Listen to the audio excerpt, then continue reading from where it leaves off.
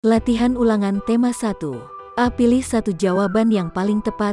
Bacalah hasil laporan pengamatan berikut untuk menjawab soal nomor 1 sampai dengan 5. Laporan hasil pengamatan. A. Pengamatan hewan di Taman Safari. B. Taman Safari Indonesia, Cisarua, Bogor, Jawa Barat. C. Sabtu, tanggal 7 April tahun 2018. D. Hewan di Taman Safari Indonesia. Hasil pengamatan. Taman Safari Indonesia merupakan tempat pemeliharaan sekaligus perlindungan bagi para hewan. Taman Safari Indonesia dibuat menyerupai hutan dan habitat asli hewan-hewan tersebut. Di Taman Safari Indonesia, para hewan dibiarkan bebas berkeliaran layaknya kehidupan mereka di habitat aslinya. Jumlah hewan di Taman Safari Indonesia kira-kira 2.500 ekor dan terbagi atas 271 spesies. Para pengunjung Taman Safari Indonesia dapat melihat aktivitas hewan-hewan tersebut secara langsung. Namun, pengunjung harus menggunakan kendaraan seperti mobil atau bus. Dari balik kaca kendaraan tersebut, barulah pengunjung dapat melihat bagaimana perilaku para hewan seperti di habitat aslinya. Persoalan pertanyaan nomor 1, bagian teks laporan hasil pengamatan yang ditunjukkan oleh D adalah A. Nama kegiatan, B. Objek pengamatan, C. Waktu pengamatan, D. Lokasi pengamatan. Jawabannya adalah C. Waktu pengamatan. Pertanyaan soalan nomor 2, lokasi pengamatan di atas adalah A. Kebun Bintang Bogor, B. Hutan di Cisarua, Jawa Barat, C. Habitat asli hewan di Cisarua, D. Taman Safari Indonesia di Cisarua. Jawabannya adalah D. Taman Safari Indonesia di Cisarua.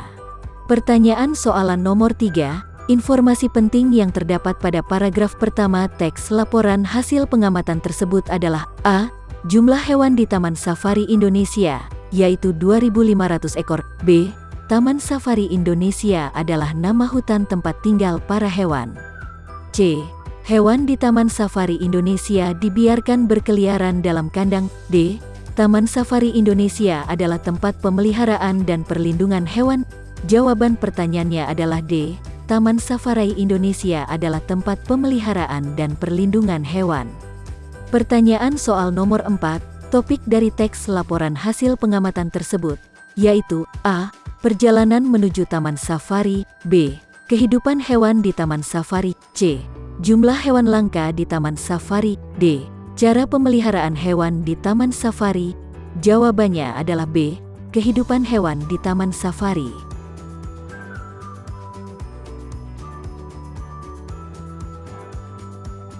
Pertanyaan soal nomor 5, kesimpulan dari teks laporan hasil pengamatan tersebut adalah A. Hewan-hewan di Taman Safari Indonesia terdiri atas 271 spesies.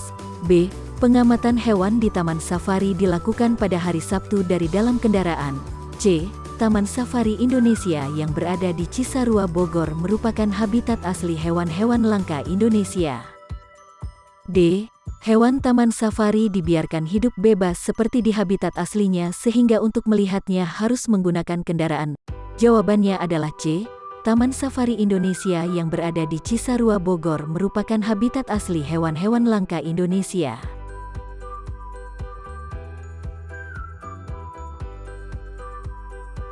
B. Elsilah dengan jawaban yang tepat. Bacalah cerita berikut untuk Renen jawab. Soal nomor 1 sampai dengan 3. Agnes R mendapat tugas dari gurunya untuk melakukan pengamatan terhadap kehidupan makhluk hidup yang ada di lingkungan sekitar rumahnya. Kebetulan, dekat rumah Agnes terdapat kandang sapi milik Pak RT. Agnes pun memutuskan untuk mengamati kehidupan sapi di peternakan tersebut. Agnes menemui Pak RT di peternakannya yang bernama White Farm untuk bertanya-tanya pada hari Minggu, tanggal 4 Februari tahun 2018.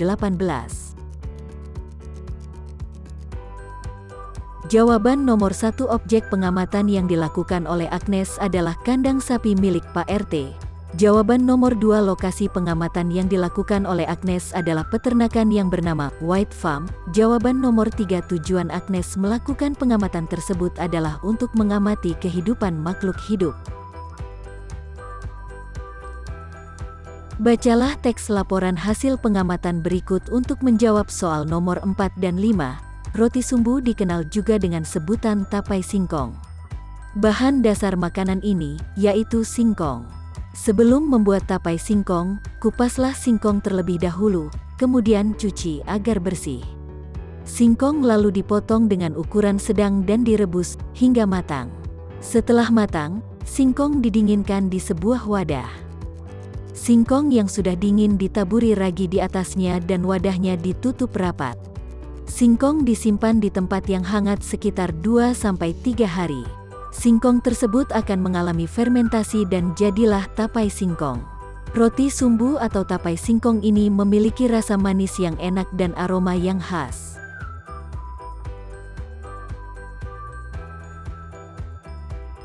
Jawaban soal nomor 4 nama kegiatan yang sesuai dengan teks laporan hasil pengamatan di atas, yaitu roti sumbu atau tapai singkong. Jawaban soal nomor 5 kesimpulan teks laporan hasil pengamatan di atas yaitu roti sumbu atau tapai singkong memiliki rasa manis yang enak dan aroma yang khas. C. Kerjakan soal-soal berikut. Perhatikan gambar berikut dengan seksama. 1. Tuliskan 3 informasi yang kamu dapat dari gambar tersebut. 2. Tuliskan kesimpulan dari informasi yang kamu tulis pada jawaban soal nomor 1. Bacalah kutipan teks hasil pengamatan yang dilakukan Fitri berikut untuk menjawab soal nomor 3 sampai dengan 5. Ayam dan kalkun sama-sama termasuk unggas yang dapat diternakan. Walaupun sama-sama unggas dan sering dijuluki dengan nama yang sama, yaitu ayam dan kalkun memiliki perbedaan yang cukup mencolok. Pertama, dari segi ukuran. Ukuran ayam biasa jauh lebih kecil dan ringan daripada ayam kalkun. Berat seekor ayam kurang lebih 2-4 kg, sedangkan ayam kalkun dapat mencapai 17 kg. Selain ukuran tubuh, kalkun dan ayam memiliki perbedaan pada jengger yang tumbuh pada bagian kepalanya. Pada ayam biasa, jengger berupa daging yang tumbuh di bagian atas kepala.